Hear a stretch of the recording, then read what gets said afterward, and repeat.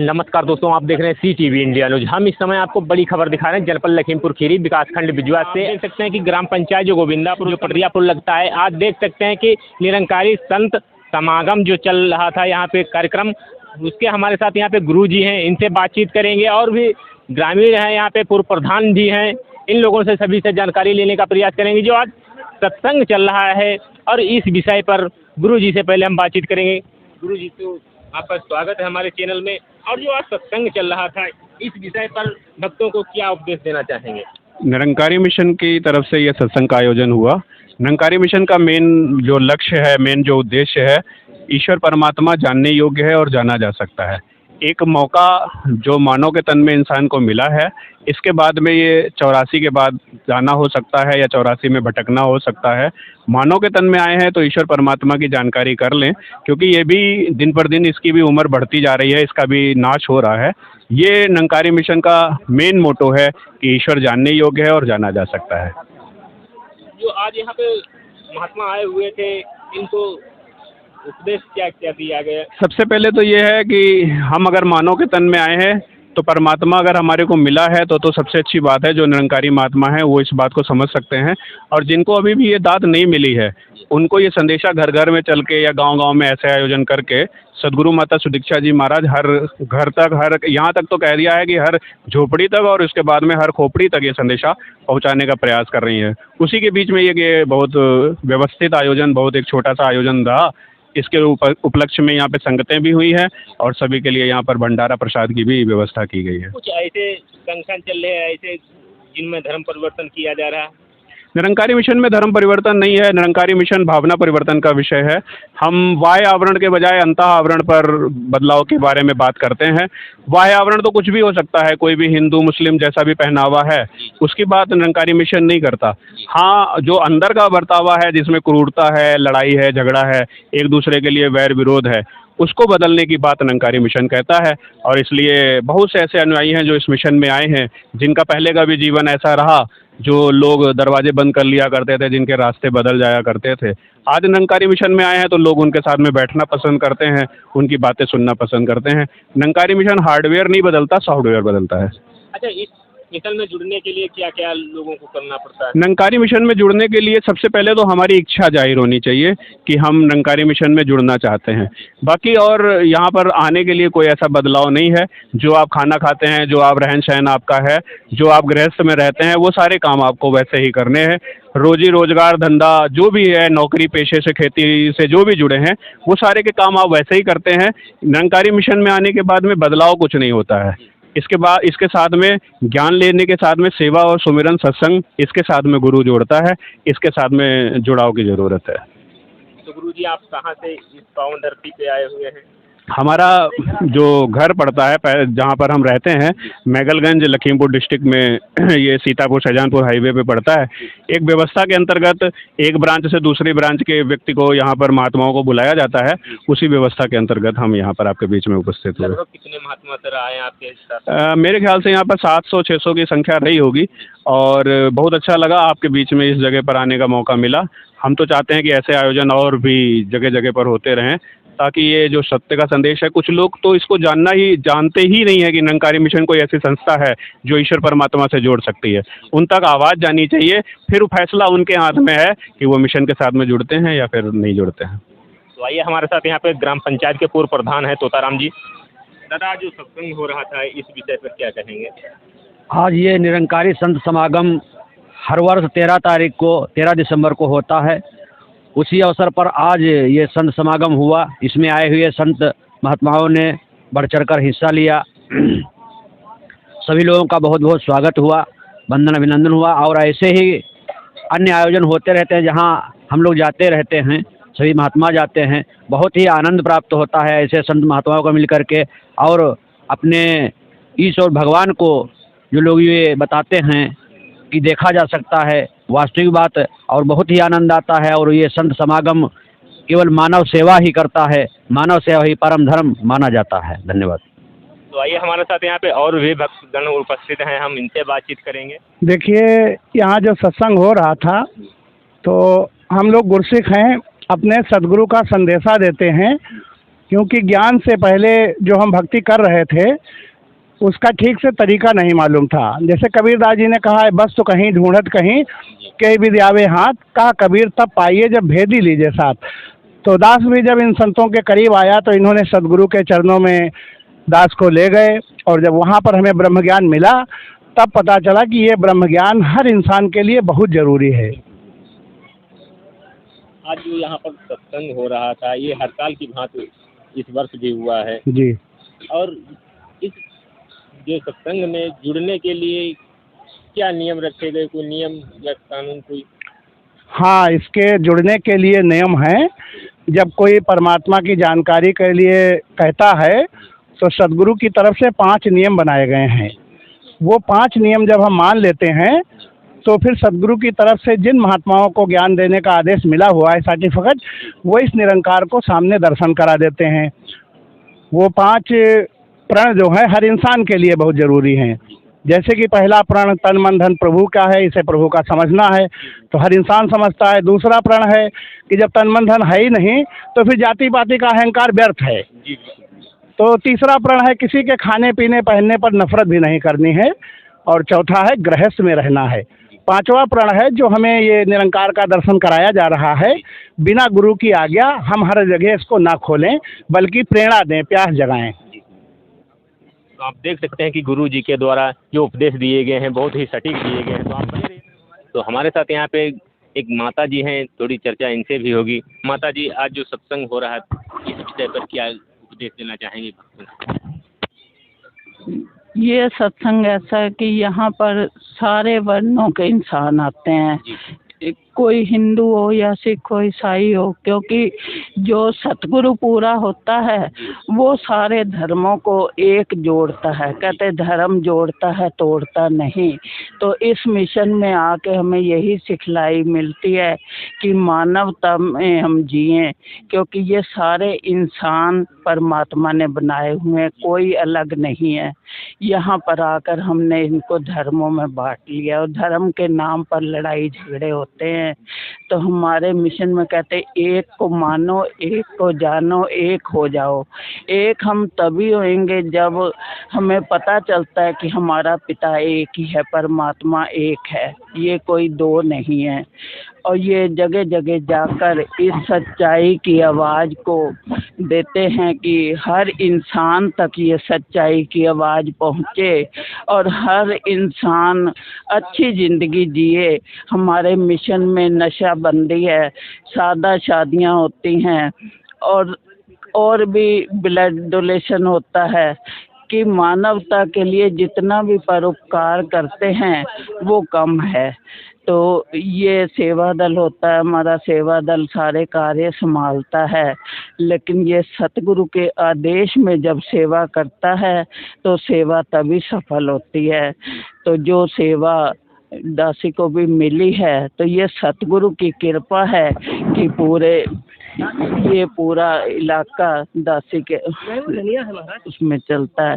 तो ये गुरु की बहुत कृपा। अगर हमसे कोई अच्छा काम होता है तो वो हमारे सतगुरु के नाम आता है, और अगर कोई हमारे से गलत काम हो जाता है तो वो हम अपने ऊपर ले लेते हैं, क्योंकि सतगुरु की सिखलाई यही है कि हम अपनी तरफ से किसी को भी कोई ऐसा कार्य या शब्द ना बोलें कि जिससे किसी का दिल टूटे, क्योंकि हर एक व्यक्ति में परमात्मा है।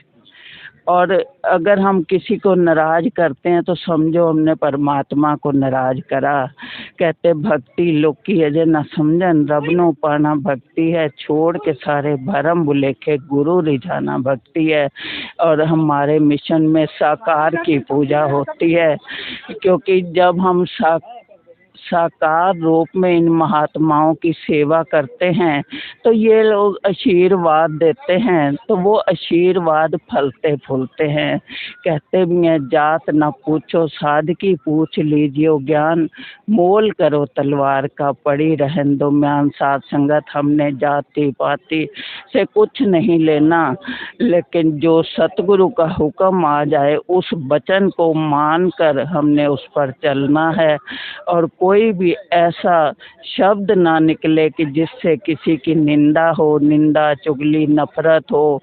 क्योंकि जब हम साकार रूप में यहाँ सब देखते हैं कि हम एक दूसरे के पैरों को हाथ लगाते हैं, चरण स्पर्श करते हैं, तो जब हम चरण स्पर्श करते हैं तो जब हम दूसरे के चरणों में अपना मस्तक रख देते हैं तो हमारे मस्तक की लकीरें ही बदल जाती हैं।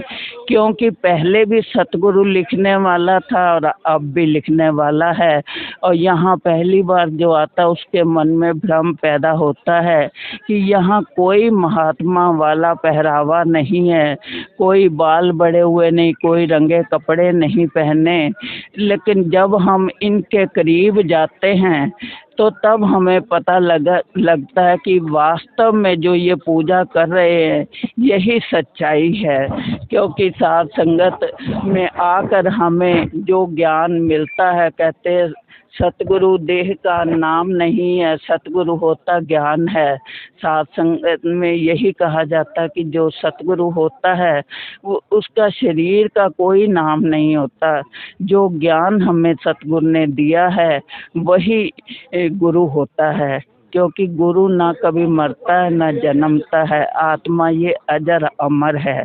और जो ये समझ लेता है तो क्योंकि ये 84 लाख योनियां जो हमें मिली हैं, तो इस योनियों में हम पूजा पाठ हर इंसान चाहता है कि इससे हमें छुटकारा मिले, लेकिन इंसान झुकना नहीं जानता। तो हमारे सतगुरु ने हमें झुकना सिखाया है। और जब हम सत्संग में आते हैं तो हमें पता लगता है कि ये जो पैर छूते हैं तो इसमें हमारे गुरु की कृपा है। और जब हम सच्चाई से मन से पैर एक दूसरे के छूते हैं तो हमारे मस्तक की लकीरें बदल के जो सुख हमारी किस्मत में नहीं होता वो भी मिलता है। तो ये सच्चाई है। और जब कहते हैं कि ये जो जन्म मिला है सिर्फ हमें खाने पीने पहनने के लिए नहीं मिला, बल्कि हम इसमें उलझ जाते हैं और हम अपने बच्चों की पढ़ाइयों में, घर गृहस्थी में लगे रहते हैं, लेकिन इस तरफ ध्यान नहीं जाता कि जिसने सुंदर ये संसार बनाया है। आज पेड़ है, आम के पेड़ पर फल लगते हैं और जो भी फसल होती है, गन्ना बोया जाता है तो उसमें ये रस अपने आप भरी जाती है। तो जिसने इतना सुंदर संसार बनाया है तो इसको जानने की इच्छा भी हमें होनी चाहिए कि कोई मूर्तिकार छोटी सी मूर्ति बनाता है तो हम उसकी प्रशंसा करते हैं कि हम उस मूर्तिकार को देखें। लेकिन यहाँ पर इतना सुंदर संसार बनाया है, कितनी ये इंसान रूप में मूर्तियाँ बनवाई हैं, एक शक्ल दूसरे से नहीं मिलती। तो ऐसे परमात्मा को भी जानने की हमारे अंदर इच्छा हो तो ये निरंकारी मिशन में आके हमें पता चलता है कि वास्तव में जो हम पहले भक्ति कर रहे थे वो हम अंधेरे में कर रहे थे। और आज हमें ये जो ज्ञान मिला है ये गुरु से नेत्र मिले हैं। क्योंकि सतगुरु होता है त्रिकालदर्शी होता है, इसको पता होता है कि जो आने वाला समय है और जो चला गया है वो सबका ये ज्ञाता। कहते 3 लोक 9 खंड में गुरु से बड़ा न कोई, करता कुछ ना कर सके गुरु करे सो होए। जो सतगुरु ने करना होना वही है, लेकिन हम अपने आप को इसके दर पर छोटा और नीच निमाना समझते रहें, तभी हमारा सत्संग में आने का लाभ होता है। क्योंकि जो इंसान होते हैं, अगर एक कमरे में 4 बच्चे रखे जाएं, एक हिंदू का रख देते, एक मोहम्मदन का, एक सिख का, ईसाई का, तो हमें कोई कहे कि आप हिंदू का बच्चा उठा लो तो हमें पता नहीं चलता कि हिंदू का कौन सा है। अगर हम 4 पशु पक्षियों का, जानवरों के बच्चे रखते हैं, एक भैंस का, एक बकरी का, गाय का, घोड़े का, तो हमें कोई कहता कि घोड़े का बच्चा उठा लो तो हम तुरंत उठा लेते हैं। तो इसीलिए जात पशु पक्षियों में है, इंसानों में जात नहीं है। तो हमारे सतगुरु ने जात पात के सारे भ्रम मिटाकर हमें एक निरंकार के साथ जोड़कर एक बनाया है। तो ये सारा परिवार हमारा अपना है, मानवता सिखाई है सतगुरु ने, और यहाँ कोई जाति धर्म को नहीं मानता, एक दूसरे के साथ मिल बांट कर खाते हैं, दूसरे के दुख में शामिल होते हैं। ब्लड डोनेशन होता है तो उसमें कई तरीके से महात्मा ब्लड देते हैं और वो संसार में काम आता है। जैसे कोई बाढ़ होती है या कोई पीड़ित होते हैं तो तब भी हमारा सेवा दल और सतगुरु कृपा करता है तो अनाज भी बांटते हैं, बाकी सेवाएं भी करते हैं, क्योंकि संसार के परोपकार ही अपनी जीवन है। और जो जैसा सतगुरु हमसे चाहता है हम वैसा वैसा करते जाते हैं। और ये जो हमें समय मिला है ये बड़ा कीमती है। कहते रेत को हम जब हाथ में लेते हैं तो वो रेत धीरे धीरे फिसल जाती है, और अगर हम इस कदर करें तो जो हमें सांसें मिली हैं इसकी हम कदर करें तो हम ये निराकार का ज्ञान सतगुरु द्वारा जानकर हम भक्ति करते हैं, तभी हमारी भक्ति परवान होती है। और ये सतगुरु की कृपा से ही हमें सेवा सिमरन सत्संग मिलता है, तो इसकी हम कदर कर पाएँ। प्यास से कहना धन्यवाद। हमारे सतगुरु माता सुदीक्षा जी वर्तमान में हैं, तो हम इनके कहे मुताबिक अपना जीवन ढाल पाएँ। और माता जी भी कहते सारे सुखों के साथ हमने ग्रस्त में रहना है, और ग्रस्त में ही भक्ति जो होती है वो परवान होती है। क्योंकि हम अगर भेष बनाकर हम साधु बनते हैं तो फिर हमने ग्रस्त लोगों से ही मांग कर हम खाते हैं। तो इसीलिए हमने ना साधु संत बनना है, ग्रस्त में रहकर भक्ति करनी है और सेवा सिमरन करते हुए अपना जीवन बिताना है। प्यार से कहना धन्यवाद। आप तरह से माता जी के द्वारा बहुत ही सुंदर उपदेश दिया गया है, तो आप बने रहिए हमारे साथ, हम आपको पल पल की खबरें दिखाने का प्रयास करते रहेंगे। प्रोग्राम में तो थोड़ा विलम्ब से आप आए हैं क्योंकि काफी बड़ी व्यवस्थाएं लोगों की रहती हैं, लेकिन फिर भी हमारे बीच में इन्होंने हाजिरी दर्ज कराई है। तो अभी तो भाई साहब नरेश जी गीत के रुकना शुरुआत लेंगे, इनके बाद 1 मिनट के लिए वर्तमान प्रधान भाई साहब गुरु मेरे दिल की यही बस यही आरज़ू, मेरे दिल की यही आरज़ू, नहीं झूठे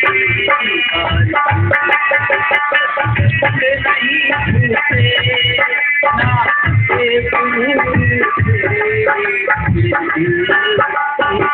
मेरे दिल बस यही आरज़ू, मेरे दिल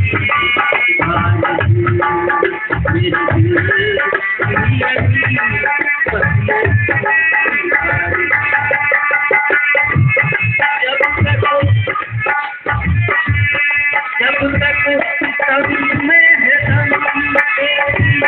भक्ति तू है अंग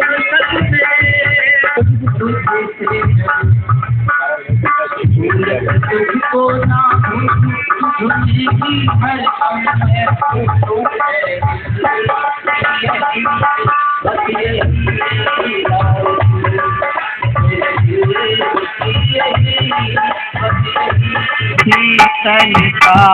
मेरे दिल से मिटा दो, निर्बलता मेरी बाड़ी में भर दो, शीतलता मीठा मीठा ही बोलूं, मीठे बचनों से मैं तौलूं मेरे दिल की